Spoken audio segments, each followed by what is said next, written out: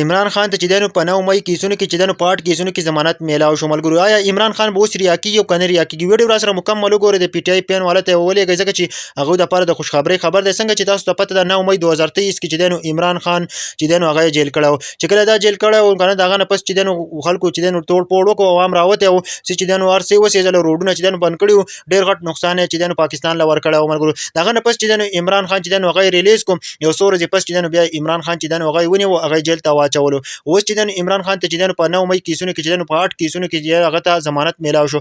آیا عمران خان به اوس ریلیز کېږي او که نه ریلیز کېږي؟ څنګه چې تاسو ته پته ده په عمران خان یو کیس نه دی، په عمران خان باندې ډېر زیات کیسونه دي چې په یو کیس کې ریلیز کېږي نو په بل کیس کې چې دی نو هغه بیرته جیل کوي. ملګرو نو اوس چې دی نو عمران خان به تر اوسه پورې چې دی نو هغه د جیل نه ریلیز کېږي نه، ځکه چې عمران خان باندې نور کیسونه هم دي. یوازې د 9 مئی کیسونه نه دي، په دې باندې ډېر زیات کیسونه دي ملګرو، ځکه چې د پی ټي آی والا دپاره د خوشخبرۍ خبر ده. اوس چې دی نو عمران خان چې دی نو هغه به اوس نه ریلیز کېږي، ځکه چې په هغه باندې نور کیسونه هم دي. که نه تاسو ته څنګه پته ده په هغه باندې نور ډېر کیسونه دي. 9 مئی کیسونه خو چې دی نو ختم شول 8 کیسونه، او په کار چې دا نور کیسونه ول هم په یو پیر باندې ختم کړي چې دا قصه مکمل طور باندې ختم شي. عمران خان چې دی نو ریلیز شي، عمران خان چې د پاکستان لپاره نور هم څه کارونه وکړي، ځکه چې عمران خان چې دی نو 2 کاله چې دی نو په جیل کې وشول. او چې څومره کسان مې ویډیو ګورئ که نه د پی ټي آی پین والا ته ضرور ولېږئ، د پی ټي آی والا دپاره د خوشخبرۍ خبر ده، ځکه چې عمران خان ته چې دی نو په 8 کیسونو کې چې دی نو ضمانت میلاو شو. په 9 مئی کې چې کومه توړ پوړ شوې هغه ټول کیسونه په عمران خان باندې ورلېدلي دي، ځکه چې عمران خان خو په جیل کې او بیا هم چې 9 مئی کیسونه چې دی نو په هغه ټول چې دی نو په عمران خان باندې ورلېدلي دي، او چې دا عمران خان چې توړ پوړ کړی دی په عوام باندې.